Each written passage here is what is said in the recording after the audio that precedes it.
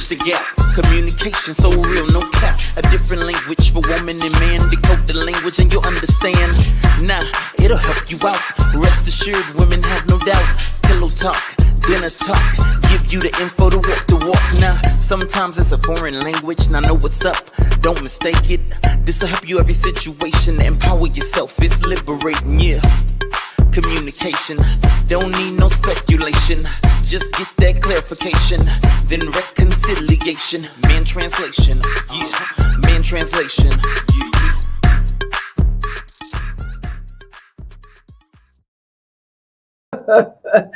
And we are live. Welcome to another Sunday of Man Translation, where we bridge the gap in communication between men and women. Why? Because men and women think differently. I am Sky C. I'm your host. What's up, y'all? Dante is the dynamic duo. He's taking a break. His Superman cape had to go to the cleaners, so he'll be back when he gets back. So in the meantime and in between time, you have me, Sky C, the hostess with the mostest. And we're going to do part two. We started a part one of, family. Those of you that have been following my channel, you know that family is very important. So we're not just bridging the gap in relationships. We're bridging the gap in all relationships, whether it's your family, your romantic relationships, your work relationships, because everything is about relationships, your business relationships, and they are all connected. And I want you to kind of look at it that way. I want you to understand that family, I want to give you a different perspective. I want you to look at it in a different way. The way that I looked at family was, these are people I'm supposed to learn from. And I just kind of knew at an early age that I've been planted in this family for a reason. And I just need to find out what the reason. Now, for me, it was probably not as difficult as somebody who has a lot of siblings. I had one brother, and then when he's older, he's like older. He's like 18 months older. He's like 2 years older than me. And then I have a sister that I adopted. So I understand that you have the family that you've been assigned to. And then you have families that you create. I do that all the time. I go adopting people, mamas and uncles and all kind of stuff. I be creating my own families too. But I don't kick my own family to the curb. And I really want to talk about that. I really want to change the narrative. I really want to change the perspective, because I hear people dogging. They just be dogging their families out. And it just boggles my mind, because for the life of me, I cannot understand why people go through life and they never make the connection that you can't talk about the family that you are a part of without talking about yourself. Like, you're talking about yourself. You are a part of the family tree. Any of y'all that have Bibles and read your Bibles, when you open up that Bible, you see that family tree, because that's the metaphor, that's the analogy that is used, because that is a great way to really explain how a family works. You are a branch on that tree. And every time you say, oh, I can't stand my aunt, cousin, uncle, sister, brother, mother, father, you cursing yourself. And I listen to people and I just be like, don't you realize that every time you talk bad about your family, that you cursing your own life? You're talking about yourself. Oh, I don't mess with family. I don't mess, like it's a badge of honor. No, it's not a badge of honor. It shows me that you don't know how to conflict resolute. You don't know how to have hard conversations. If you can't have a hard conversation with the people in your family that you grew up with, okay, that you knew since you were in the crib, who can you have a hard conversation with? Then you grow up and get in a relationship and become unavailable. Because why? You're not in touch with your emotions. You don't deal with your emotions. You just block people, you run away, and you sweep things underneath the rug. So that tells me that mostly all of your relationships are going to suffer because your family is like boot camp. It is like boot camp. You're supposed to be learning something from these people. And I heard this girl, she said the same thing. She said, instead of y'all growing up being mad at your mother and your father for, because you didn't like they did this and you didn't, you should have been taking notes. I was like, I know that's right. Because that's what I was doing. I was paying attention and taking notes. So we're going to pick up, or we're going to start over probably from the beginning, and we're going to talk about looking at your family as a boot camp. Another thing I noticed when people complain and talk bad about their families, they're not doing their part. The main people talking about the family, you're not even doing your part. I mean, the hypocrisy of it all. You're not even doing your part. But you're talking about what your mama didn't do and what your daddy didn't do and what this person didn't do. And what did you do? What did you do? Did you do your part? Because your mother didn't do what she was supposed to do, because your father didn't do what he was supposed to do. My papa was a Rolling Stone, your daddy was rolling, mine was rolling. Guess what? That does not absolve you from doing your part. Are you a son? Have you been a son? Are you a daughter? What kind of daughter have you been? Oh, my mom locked me in the closet. Okay, that was wrong. We don't agree with that. She mistreated you. That wasn't good. She did a lot of things. It wasn't great. Been there, done that, bought the t-shirt, made it, pressed it, washed it, dried it, the whole nine. But guess what? It did not absolve me from still being a daughter. Husband cheated on you, wife cheated on you. Sure. What does that have to do with you? You still have to do your part. Why do we think that? Because the only people that you could go to work, right, and work with a whole bunch of people not doing what they're supposed to do, your supervisor could be the worst supervisor on the planet. You still get up and go to work and do your job.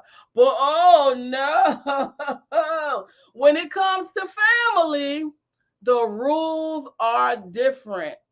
And that is straight up hypocrisy. That is straight up double standard. No. You are still obligated to do your job. And yes, most of us grew up in dysfunctional families. Yes, we did. We grew up in one parent households. That's dysfunctional by itself. Do you know how incredibly difficult it is to raise a family by yourself? Okay. It is, without a support system, it is very difficult. It is probably the most challenging thing you're going to do because you're shaping the life of someone and you haven't been taught what to do yourself. So you kind of winging it, and hoping that the children don't turn out too bad. See, me, I ran to the library and got some books. I'm like, well, let me call my grandmother and ask her some questions. But we live in a society where we cannot build a nation without building our families. It goes from family, then community, then you build a nation. Everybody want to go to the nations. I'm called to the nations. A nation is a human being. You are a nation. You come from a tribe. That is your tribe. We are the only culture of people. We are the dopest people on the planet. We are the most talented people. We got the most soul. We got the most swag. We are the most intelligent people. We are the most beautiful culture of people on the planet. I love my people. I love my culture. But when it comes to family, we suck. We have no sense of family. And that's the only reason we stay at the bottom. I watched a movie not too long ago. The guy wrote a book. I think his name is Steve Pemberton, and he was adopted. Well, he went to foster care. I think they eventually adopted him.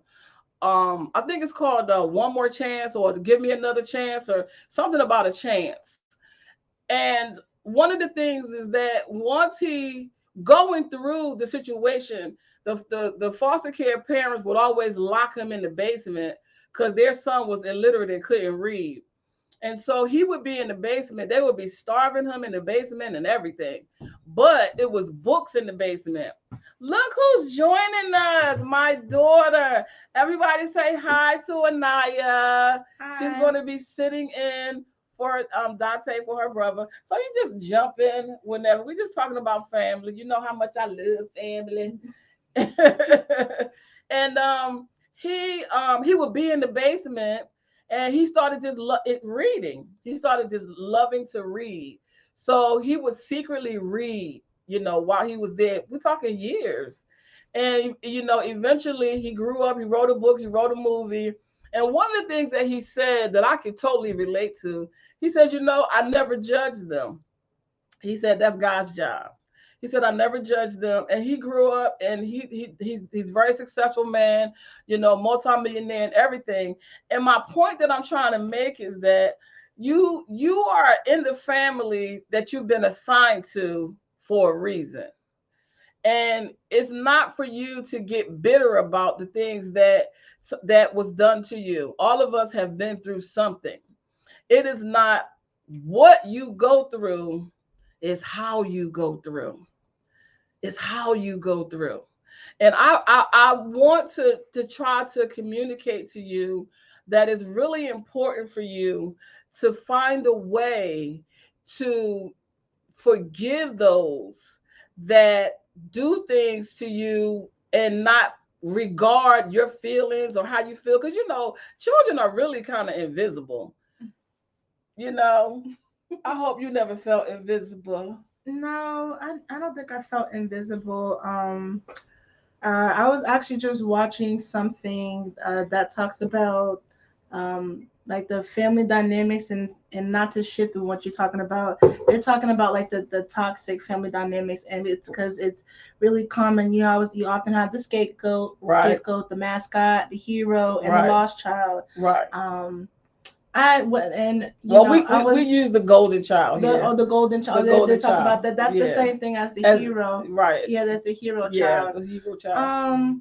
Because I was discussing it with one of my friends, because those are important things to break down, and I could kind of relate to the lost child, but not because of how I was raised. Is what I saw like with things that happened with my other siblings growing up. It's not that I felt lost. It was more just like I was an observer. When things happened, I kind of just would stay out, like back out the way and just watch. Right. Not to say that you made me feel like a lost child or invisible. It was just, my siblings are older and I'm like, the baby in the house, and they got adult problems. Right. And I'm just a kid just kind of watching. So I kind of just step back and I'm just observing. So I could kind of resonate with the lost child, but I wouldn't call myself a lost child. Yeah. Yeah. Well, I think the dynamic for you and our family is that you are the youngest. Like, you're like how many years younger than Siobhan? Like 10, 12 years. What was I thinking, y'all? What was going on? I think what she's like. Siobhan is like a 12-year difference. Like 12 years? What was going on? Like 12 years. Why would I wait 12 years to have another kid? Lord have mercy. So I have 2 sets of children. So I have 3 children by my marriage, and then I have 1 child with my fiance, my ex-fiance. Girl, I did not marry him. Girl, I dodged the bullet. Oh Dodged it. But anyway, that's your daddy. I ain't gonna talk about your daddy. But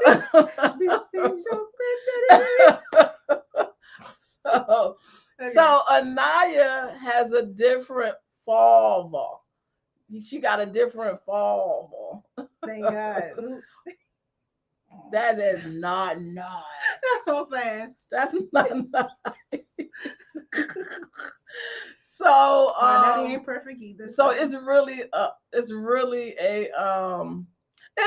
a very interesting dynamic because she is like the baby. So my oldest daughter, she's like my baby, and then this is the baby. So it is. I can't see how you could kind of feel like almost like left out, you know. And again, I wouldn't say just left out. It's just because one, the age gap. You know, I was a child, and they're adults, and they're dealing with adult issues, and it's like I could just remember, you know, especially when I came home from boarding school, there's a lot going on. Girl, I put her in boarding school. Go ahead, girl. There was a lot going on, and you know, just with their individual lives, and I Yeah. remember just observing, and I would Yeah. just, you know, because they say the lost child sometimes hides within themselves, or they might go and hide. Now, I wouldn't say I was like hiding, but I would like distance myself, and just like I said, I would just watch everything that went down and just kind of take it in.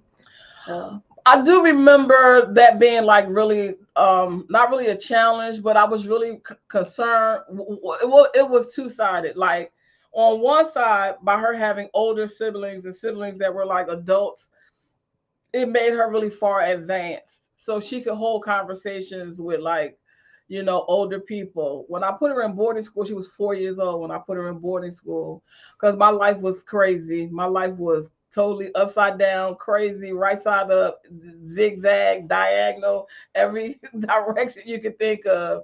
And I really didn't want to have to deal with all of that and have to be dealing with her. So I put her in boarding school. And I remember they had to interview her, and they wouldn't tell me what they wouldn't like let me prep her and give her find out what the questions and stuff were ahead of time. And so she went in there and blew them away at 4 because she was so used to talking to her older siblings that it was easy for her to go in and really wow the adults that was in the room. yeah, But I think the point that she's making that I really want to point out is that observing, the yeah, observing part. I think for me growing up, that was when I really kind of it clicked that, you know, people are their own individual selves. They're entitled to feel however they feel. They're entitled to make whatever decisions in their life that they feel like they have to make. And that goes for your mother, that goes for your father. And because I learned that at really such an early age, I kind of learned to kind of separate myself from it.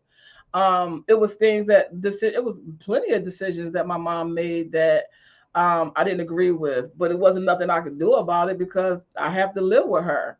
I kind of even though I was advanced, I kind of wish I was more advanced, and I kind of wish I would have emancipated myself and like mm, moved out on my own and stuff because I could have definitely took care of myself for sure.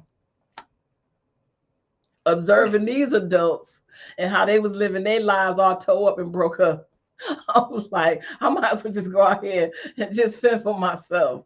But I didn't know anything about, you know, being emancipated. But that's the point I really want to make is that just observe, okay? Look at your family as the boot camp. right. So, I was going to say that yeah, family is boot camp, and I was again talking to, you know, as we had this kind of discussions with, you know, amongst friends, and it's like we noticed whenever you go out into the world, and you said this before, whenever you go out into the world and there's lessons you didn't learn at home, the world or life will make it so you have to go home, learn those yeah. lessons before you go back out. So It's so it's true. true. It is so true. And but we're people are too busy being bitter. They're too Right. busy judging their Parents. parents. They're too busy being angry. Oh, I got treated like this. And some people go through some horrific things. Now, we're not trying to Absolutely. discount abuse by no stretch of the imaginations. We are not trying to condone you being abused, especially sexual abuse. We're not talking about that. And we're not giving parents a pass. You know, if you've been abused and sexually abused and all of that, we're not giving parents a pass. We're just trying to teach you how to deal with it. how to deal with it so it won't do, because it's going to affect you, but it doesn't have to break you. It doesn't have to break you. And I think that's what happened with me. I walked through these situations and I was affected by things. Absolutely. You're affected by the things you experience, Yeah. but it didn't break me. Even going through a divorce, it did not break me.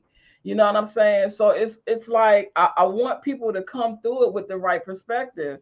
So part one we were doing, and then my oldest son popped up, and I just kind of canceled stopped the show, because we do this show live. There's no take twos and threes and fours, because I want this show to be very authentic. I want it to be very authentic. I want it to be very real. I want it to be no fluff. Everything I do, I want it to be real. And so we talked about the grandparents as the generals of the family, who provide guidance, wisdom, and strategic oversight to the family unit. And I shared how I would go to my grandmother because I didn't really have a relationship with my mother. Like how you and I could sit here and talk. Yeah. And you can express yourself. You can disagree. Whatever your thoughts are, those are your thoughts. You know what I'm saying? And so you're entitled to have those thoughts. It's not for me to make you think like me. Right. That's not what parents are supposed to do. You have to blossom and bloom into the person that God created you to be. Absolutely. You're not a clone of me. Okay. So I had my grandparents. Really, people do that. They try to, make their children be just like them. Yeah. No, you have to allow them to be whoever God created them to be. You have to allow everybody to be whoever. But, as a parent, I'm going to give my guidance. I'm going to give my wisdom. Either you take it or you don't. Leave it or lump it. But also, as a parent, I'd like to note that you also have to trust that you instilled, such, morals and values. Last time she said that, I ain't gonna tell y'all what had happened was. Anyways, no, honestly, because I'm older and a lot wiser, and yes, I've made mistakes, but I've also learned from them, and I went to God, and I talked with him, had conversations, multiple. Talk to the people. Look at the camera. So, when we get to a certain age, and I'm still trying to find my way of being independent. You at a certain point, you have to trust that you instill morals, values, things into your kids, and you have to trust that they make the right decision, that they'll use their discernment and their intuition. Because honestly, I'm very thankful for you. I see other people's parents and how their family dynamic is, or their dynamic with the mother or the father is, and it's like wow, it just makes you more grateful that I have such a mother that instill things of like God, or that what you have isn't a knick-knack, because no, seriously though, because you have mothers that they're out here being, if you want to say, promiscuous or out, and the daughter just doesn't have anybody to look up to. So I really appreciate how you carried yourself when you were raising me, and the things that you instilled into me, because the mindset that I have, it's not like most people in my generation. I see through all of that, and I see things for what it is. So I'm so grateful for you. I'm gonna give you your flowers. I'm giving you your flowers, because I don't know where I would be without you, and I don't know if I would be who I am without your parenting style, without your love. But still, now that I'm getting older, everything that you teach me, I'm taking it in. I think about it when I make certain decisions. So you have to trust me. You have to trust. Now I'm getting older. I'm 21. Lord, I'm 21. So you have to trust that I'm going to make the right decisions. But your brain ain't developed all the way to you to one that fast. Yes, ma'am. Yes, ma'am. Yes, ma'am. So no, but seriously, So I do appreciate that, and I receive, my flowers, because you do want your children to, you want them to be independent, you want them to be happy, you want them to be uber successful, and go further than you and do better than you, and and all of that, because we live in a real wicked world. It's so wicked Very in this wicked. world. It's so wicked, and there's so much stuff, going on and everything. And that's one of the reasons I come on this show is as my generation to be able to just give back, to your generation. And because it does take a village, and you have to, you really need to listen to someone because it's a price to pay. Disobedience, there's a grave price to pay when you don't listen. So you need to find, somebody that you listen to, and you need to Preferably somebody that's older and wiser, and no matter what they've been through, they still have wisdom, right. regardless of whether they lived a bad life or a good one. Yeah. You learn things along the way as you get older. So Yeah. it's always good to have somebody that's older, that's been here for a long time, to tell you like it is. And that's why also I know that you had me at a later age, but I can really appreciate that, because the mindset that you have, it's like you're like a dying breed. It's like the generation after you they don't think like you. They too stuck trying to be young and be who they were. No, like I the mindset that you have is what we need more of. Right. It really is. I agree with that. It really is. I do. I really do agree with that, because our young people do need, guidance. And I'm like, I kind of grew with my children, because I had my first child at 20. So I grew with my children as well. So as they were growing, I was growing as well. So a lot of the things that Anaya is kind of like, she's getting the benefit of a lot of more experience. So I know way more now as a parent that I did when I had my other children. I love y'all. You know what I'm saying? But it's not to say that I didn't make mistakes, because I did. But unless they tell me what mistakes I made, I won't really know, And that was a perfect example of when Dante kind of came on. When my oldest son came, he just kind of felt thrown to the side, and it triggered some abandonment issues in him. Now, how can I be in your life every single day, come home, go to work, come home every day, be there for you every day, listening to what's going on in your life, and then you grow up as an adult and feel abandoned? So I was like, because we have to show up for people the way they need us to show up, not the way we think we should show up for them.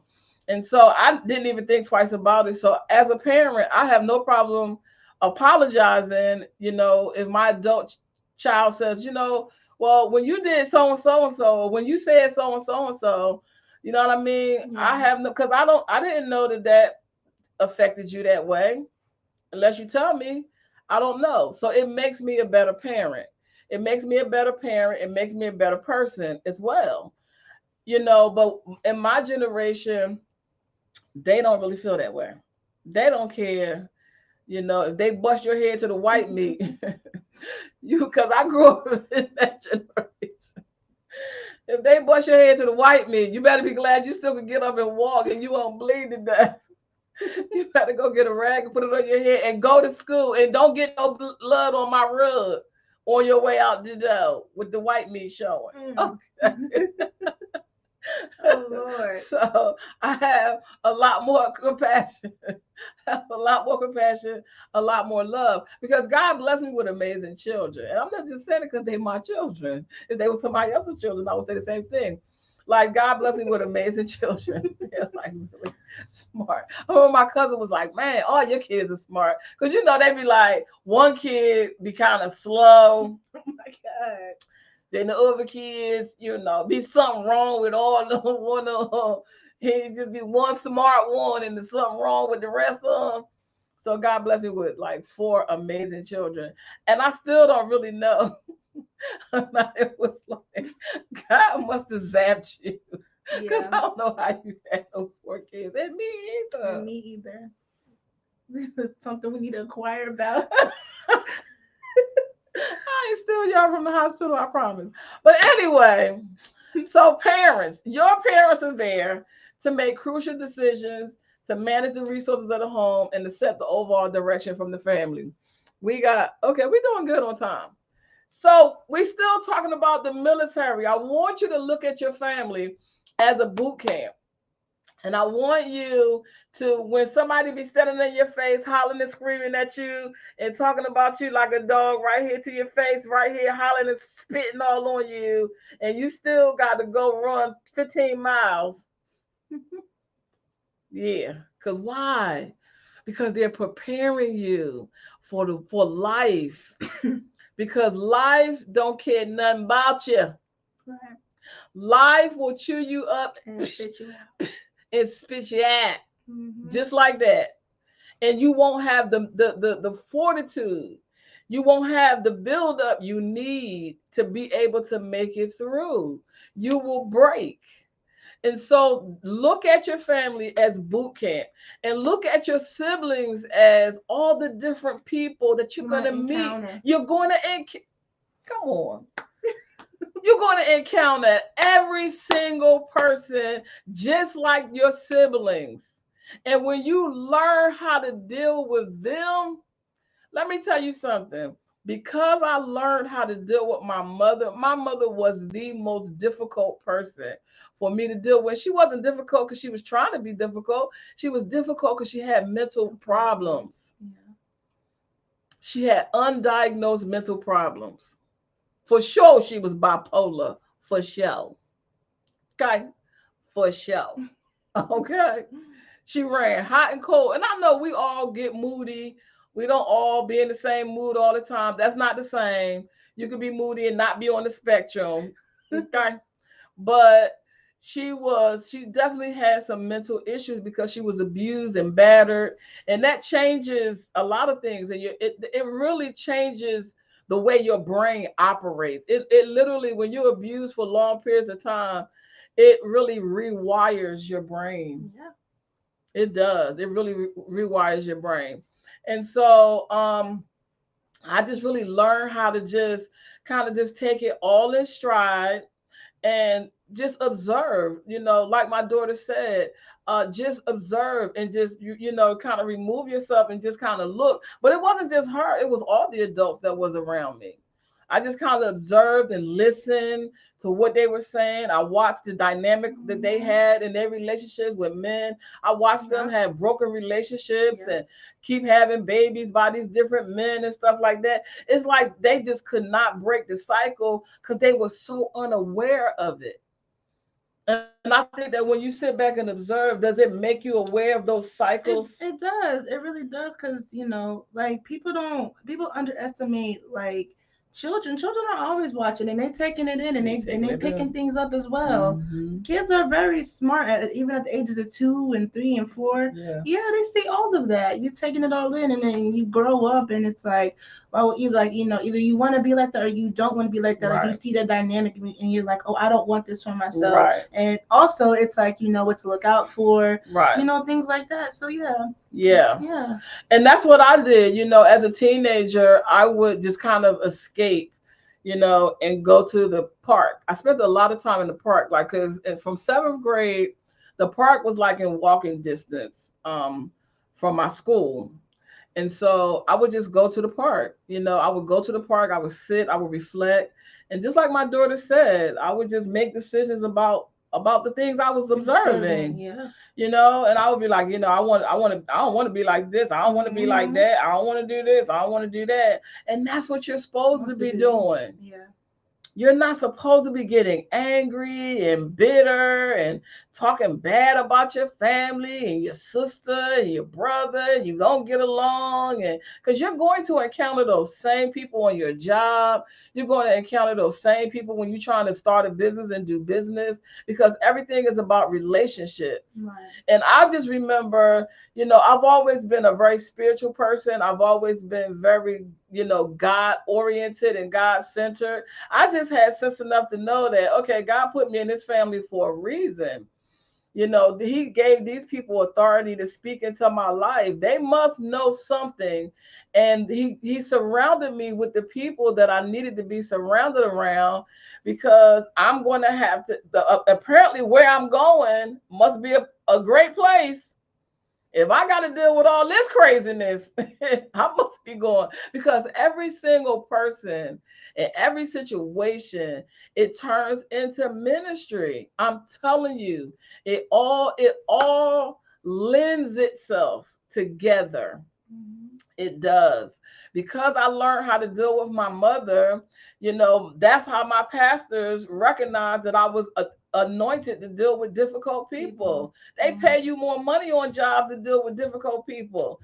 Yes, they pay you more money to conflict resolute. They pay you more money when you know how to negotiate. You know what I'm saying? And people noticed that about me, and I didn't even know. Matter of fact, when I met, Addie, and they was going through their situation, they was like, "Can you go talk to the man?" I'm not gonna tell. Yeah. I ain't gonna tell what happened, because I don't want to tell his business. But I was looking at them like, I don't even know what's going on. They was like, "You real good at negotiating, and you real good at talking to people. Can you go talk to the man?" I was just like, "Lord Jesus, what you want me to say?" But I went, and it worked. And the son was like, "You a businesswoman." Because that's what I did. This is business. This ain't personal. This business. I didn't come with no emotion. I didn't come talking about no emotion. Can you please, please, please? I came to him business to business. I talked to him in his own language, because I'm a businesswoman too. And the son, when I was leaving out, the son was like, "My dad likes you." And because he was like, "My dad don't like nobody." He's like, "My dad likes you because you came at him with business." And when you talk to people like that, you have no choice but to respect you. They respect it, and whatever it was we was trying to do, baby, guess what? It got done. So your family, but I learned negotiation, and I learned conflict resolution from dealing with my mother in the boot camp of my family. I wasn't like, "Oh, she drawn, she don't know what she talking about." I was like, no, it's something I'm supposed to be learning something from her, even in her psychosis, even in her abuse, even in all of the mistreatment, even in all the abandonment, in everything. I learned from every single thing. The abandonment taught me what? That I could stand on my own. It taught me that I was resourceful. I could stand on my own. I could find my own way around at a young age. At a very young age, it taught me how to be led by God. It taught me how to be led by the Spirit. You know what I'm saying? And how to rely on the resources. It showed me how smart I was at a really young age. If I never was abandoned, if I never was rejected, I didn't look at it as rejection. I looked at it as, I don't belong over there. I'm not supposed to be over there. Yeah. That's how I looked at it. I'm like, "Oh, okay, really? Okay, let me skip on along." And it just kind of redirected my steps. I never took it personally. And when my mom saw that I could walk home by myself, she ain't never come pick me up from school no more. That's terrible. I know. Terrible. When I tell my daughter these stories, she started crying. She's so That's sensitive. So terrible. She's so sensitive. But these are things apparently that was in me that I had to learn. Yeah. Just like, okay, your sister was like, how old was she? She probably was maybe like 7, I think, 7 or 8 or something. She was catching trains and stuff by herself. I'm like, "Girl, you catch that train. You better not get on the wrong train, okay? You better get on the train, take your little stuff to school, bring yourself straight home." And she was a little kid. You 4 years old, you in boarding school. Because why? You got to see what's in you. Yeah. You got to see what's in you. Yeah. The people that are the wealthiest people, if you listen to their stories, they discovered who they were early. Yeah. So while y'all are hemming and hawing and crying and playing the victim about being abandoned, no, it's not a good thing. I'm not condoning it at all. What I'm saying is that's when you take the lemons and make the lemonade. Mm-hmm. Your parents are your caretakers. They ensure your physical and emotional health. of the family members. And we more so as mothers, we focus on the physical. Yeah. We kind of forget about the emotional. Like if I would have to say I try to be mindful of both. well, the thing is that parents don't think about the emotional side. Mm-hmm. And I think that's probably one of the area that I probably made the most mistakes in. Well, I think now in my generation, and yes, Gen Z is sensitive. I think now because these things are being brought to light. Like, everybody's talking about, oh, I have emotional trauma, or I can't do this because of how that was, raised growing up.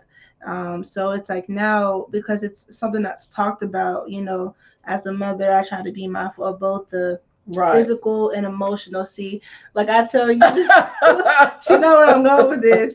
You was raised in definitely a boot camp where emotion was not considered, and you had to, become almost like hard to kind of protect yourself from everything that was thrown at you. So it's like she always be like, Mom, you grew up in the project. It's not even that. It's just the environment you grew up in, and made you have to have like this hard shell. It did. And I think now as a parent, it's like the thing that you passed down on us, or how you raise us, it's not like the same way, but it's just you have this hard shell, or you've been through so much that you kind of don't take into account like us. Like we like you raised us to protect us from the things you've been through. At the same time, now we're sensitive and soft, and it's like you're not that way. So I think it's something that you maybe like look over just a little. No, I am sensitive and soft. I think that what it is that I'm not emotional. Yeah. And it's not something that you really see a lot. Because you weren't allowed to be either, really. The environment you were in. Right, exactly. But you give us a space where we can be emotional. Right, you can be emotional. And I wasn't in an environment that I could be emotional. But it works to my favor because most women are very emotional. Right. And when I deal with men, right. It's almost like they dealing with another man because they do things and it's not I'm not affected by it because I'm not emotional. Right. It doesn't say that I don't have emotion or I don't show emotion, because I do show emotion. I am sensitive, but I'm not emotional. That's not my go-to. Right. That's not my go-to. So I'm more logical. Right. Yeah. And most women are not that way. Yeah, most women operate in their emotions. Yeah. And that's why they get intelligence is very important. If you don't have it, it's something that needs to be built. Yes. Because when you are in your emotions, you don't make rational decisions. You make impulsive decisions that you might spend, the rest of your life, making up for. So having emotional intelligence early on, it's very important. Right. So, growing up in the projects, if you were emotional, you got bullied. You got bullied. Yeah. You got bullied and you got beat up a lot. Mm-hmm. And so you had to really kind of learn how to regulate your own emotions because you just couldn't show fear. You couldn't show any fear. You had to really boss up. You had to boss up. And for me, being 5'2" and barely weighing 110 pounds, I really had to be like, okay, I might be little, but you don't want to tussle with me. Trust me. And then, because I lived in the projects, my uncle saw that I was little and attractive and had a head full of hair. And those are all reasons for somebody to want to fight you and cut your face up. And he was like, we're not having that. So he taught me how to box. So I knew how to box, not just fight, but I knew how to box. Mm-hmm. And because I was little, that's why people be always tripping about fighting somebody bigger than them. That don't mean nothing because somebody bigger than you. If you really look at boxing, a lot of people get really upset with Floyd Mayweather. Floyd Mayweather is a very skillful boxer. Boxing is a skill. People want him to get in the ring and street fight. This ain't no street brawl. Because see, street brawl means you're emotional. It's like Creed. Yeah. The reason he lost is because he was emotional. Right. If he was focused and skilled and disciplined, he would have beat him. Mm-hmm. But boxing is about skill, and it's about And speed and technique, and it's about Yeah. speed. It's about who's the fastest. Muhammad Ali might not have been the hardest puncher, but he was quick. He was fast. You know what I'm saying? So it's not about what you think it's about. It's about the skill level, of a thing. And I believe that that's what my family taught me. And growing up in the projects taught me. It taught me how to be skillful. So who's the next one? Okay. Logistics. Your parents and older siblings manage daily operation, including chores, schedules, and resources. Now, this is when Devon came in too. Your older siblings are the military logistics because they already know the rules. They've been with the family the longest. They've been with Yeah. mom and dad the longest. They know all the rules, and they know if mom and dad's not around, they know what to tell the younger ones to do. And I Mm-hmm. think that the reason I wanted to give people a perspective of family as boot camp and look at it from a military point of view is because the family is under siege. Mm-hmm. Our Yeah. families are under siege right now, especially the children. Oh no, absolutely. Especially, they are snatching kids in broad daylight these days. We talking thousands and thousands of children are coming up missing because people don't know what their roles are. You go to work, you get a title, you know your role. Right. You go to church, you get a title, you know your role, but you don't know your role in the family. You don't know what does a daughter do? Like right now, she's sitting in for her brother because he's taking a break.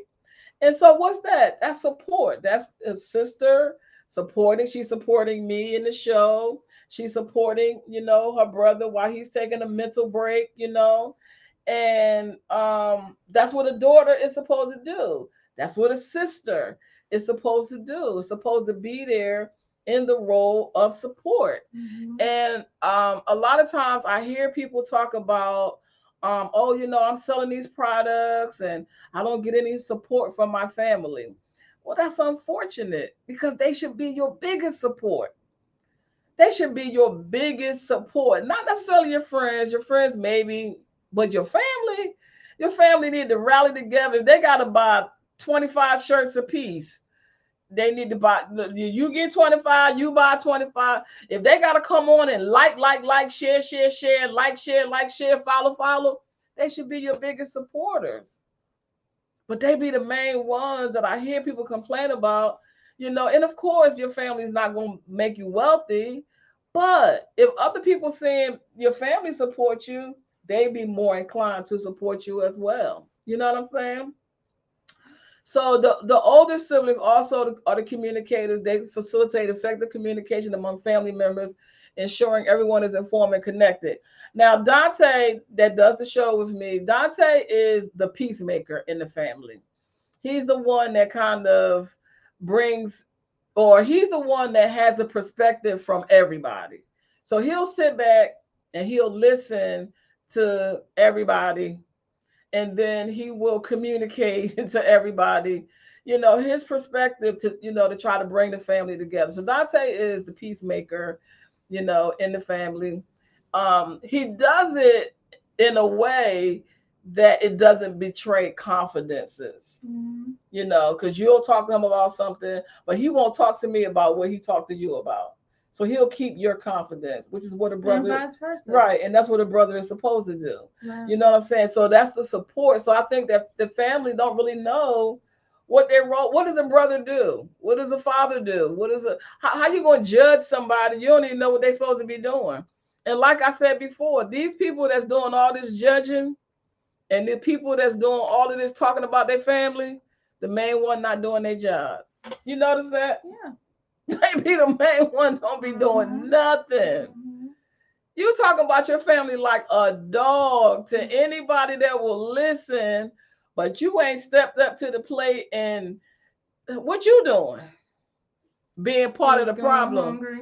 Yeah, Mhm. being part of the problem. So Parents and older siblings tackle home maintenance and improvement projects, ensuring safe and functional environment. We're still talking about the siblings, them older siblings. The parents' role, we're also the intelligence part. We gather the information about what the family needs, what challenges the families are going through, the opportunities to make informed decisions. I always try to have family night for us to come together and just talk about what's on your heart, what's on your mind. Let's pray. Let's deal with it. So that we can keep the communication. Yeah. Open. Yeah. You know. Extended family roles provide assistance, resources, and emotional support in times of need. Some of us have blended families. That can be quite challenging when you have, mom, dad get remarried, they have children. You got to blend that all in together. I can't really talk about that. I just talk about what I know about because I don't really know how that dynamic works. I know it can be really challenging because this one feel like that was the favorite and that whole dynamic. But I just really want to, reiterate how you need to change your perspective. Like my daughter said, those people in your family, you're going to encounter those people. Want to go check on her? Yeah, you're going to encounter those people. You can come back, just check on her. You're going to encounter those people in the world, whether you're going to keep learning those same lessons over and over again, and you're not going to understand, why can't I get promoted on my job, or why don't any of my relationship work out? Because it's something that you were supposed to learn at home that you didn't learn, that you did not learn. So a military, they have chaplains. So you have spiritual leaders or influential family members that offer guidance, emotional support. I just know that whatever it is that's needed in your family, God has provided it. It may not be, with your mom. Maybe it's your dad. Maybe it's your uncle. Maybe you need to go talk to an aunt. But I never went outside of my family to seek guidance. When I couldn't talk to my mom, I didn't go talk to my friends because they were my peers. And most of the time, majority of the time, they came to me when they had problems in their family. So I'm thinking how, Einstein said you cannot solve the problem on the same level that the problem was created. You're on the same level I'm on as far as my family is concerned. You can't solve the problem. I need somebody that knows more than me. And the person that knows more than me it happened to be, my grandmother. And it allowed me to foster a very beautiful relationship with my grandmother. It caused me to not only for her to help me to know my mom, but she also helped me to learn who she was as a person, and I really adopted a lot of the traits that I saw in my grandmother. My grandmother was a great humanitarian. I'm a social entrepreneur. I advocate and activate in my community. Always have since I was a teenager. I will always volunteer to do walkathons and collect money and get sponsors and stuff like that, as a teenager, to help those that really couldn't help themselves. And even now, I still do the same thing because I find that in helping other people, and in essence, I'm sowing the seed and I'm really helping myself. And that's basically the point that I really want to drive home to you, is that you cannot keep dogging your family and think you're going to go in the world and be successful, because you're really cursing yourself, you're cursing your business, and you're trying to outrun it. I see so many people trying to go out in the world and be successful because they're going to prove to their family that they this and prove to this person. That's not a good motive, to do something, to prove to somebody that you're something, because basically what you're doing is you're seeking validation. You're still trying to get their approval. You're still trying to get their attention. You're still trying to, prove to them that they not whatever it is that they said that you was. You know what I mean? And so that's not really a healthy way for you to live your life, trying to prove to anybody anything for any reason, your parents included. You know what I mean? You just have to be the best human being that you were placed on this earth to be. And you cannot do that being bitter. I can't imagine my mom, narcissistic personality disorder, bipolarism, and all of these DSM, mental issues are just that. They are mental issues. So, do you go around calling people with mental issues names? We're not allowed to call people retarded anymore because that's not politically correct. But do you go around talking about retarded people? Where do they do that at? You know that your mom has an issue. You know that, and you might not even know the extent of the issue. You don't know what trauma your mom has been through. And then maybe you do. How are you going to judge her and call her names and call her bees and, say all this horrible, horrible? People be saying, it just blows me how you could talk and call your mom all these names and know they have a disorder. You know they have a personality disorder. You know that trauma, when you flip the coin and you on the spiritual side, trauma is created so that a wound or a hole can open. So what happens? And normally the trauma happens in childhood. So the adversary knows if he causes you trauma early enough, it's going to open a wound or open a door for him to get in. Okay. And so those that don't have the gift of discerning the spirits, don't really see into the spirit world, don't really understand how the spirit world works, this thing gets inside of you, this evil, and it grows up with you. It's not like it gets in there and then it leaves. It gets in and it stays in, and it goes undetected. It goes undetected till something triggers it. That's why triggers are not bad things. Triggers let you see the areas that you need to be healed in. Your triggers allow you to see where your wounds are, where your holes are. And so, do we go around cussing out and talking bad about wounded people? It's like being shot up. Somebody being shot 9 times. They wounded and holding on for dear life, and you sitting out in the hallway telling somebody how horrible of a person that they are. And that's how I see that. I don't care what it is that my mom did. Love covers a multitude of sin. I'm going to cover her with my love because she had to love me enough to give birth to me. Okay, she had to love because she could have got rid of me, but she loved me enough to birth the life that God gave and push it into this world. All right, so we're gonna by default we're gonna give her kudos just for that part. So the last thing I would ever do is sit back and talk slick about my mom. Because anything I say about my mom, I don't care how successful you are. I don't care how much money you have. If you don't have respect for your mother, ain't nobody going to want to deal with you. They're never going to tell you that to your face because you cannot trust anybody that talks bad about their mother. And nobody is going to trust anybody that's calling their mom bees and, calling her all kind of names and this and that. What after you know she has a personality disorder, or your dad got trauma, or your dad was raped as a child and he has unresolved issues. And so now he's promiscuous because he's running away from his own hurt.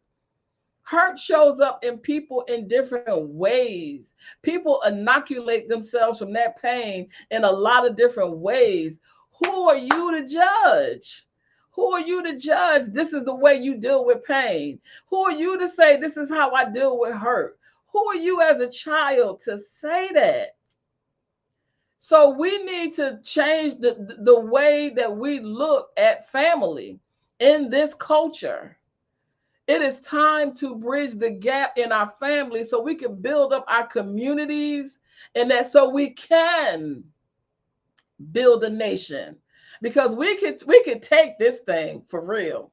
If we came together in our families and started doing stuff in our communities and having each other's back and supporting each other and knowing what the roles are, what you're supposed to be doing, your sister cheering her role, everybody's doing what they're supposed to do, we can turn this whole country around. I believe it. I know it's true. We can turn this whole country around because we are a dope culture of people. We are the most intelligent people on the planet.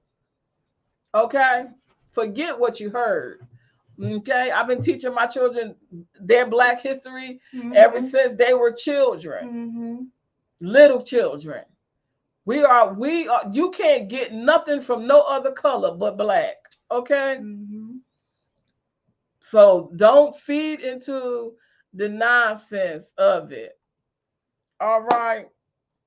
So we are the legal courts. We establish and enforce the family rules, the structure, and the harmonious environment.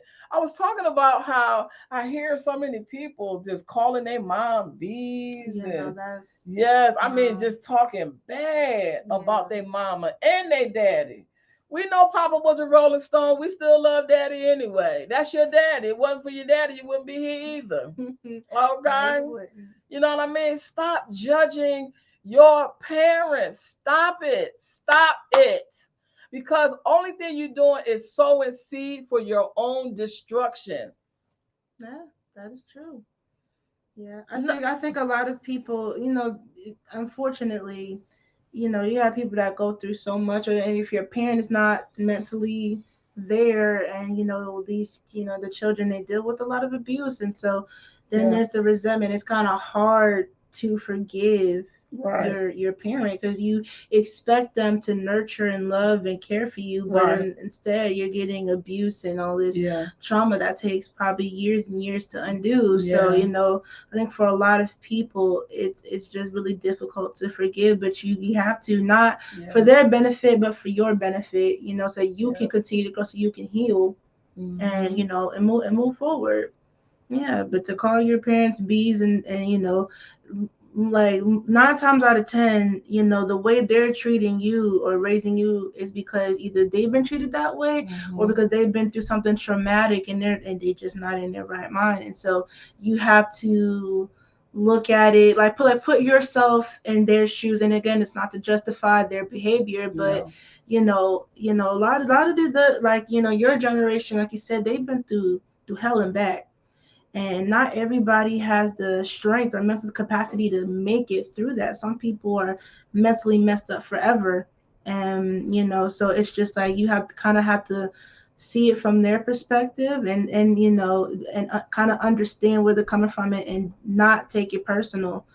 Because and I know it's hard because they're your parents and they're expected to love and nurture. But the truth is that, people, they just do the best that they can. They do the best that they can with, everything that they've been through. Everybody doesn't, come from, they weren't raised to, be a loving parent to their children. They weren't raised that way. So, Exactly. And unfortunately, like I said, we don't condone that behavior. But at the same time, what we're saying is that you have to really find a way to work your way through it in a positive way. And because it's for your own mental good as well.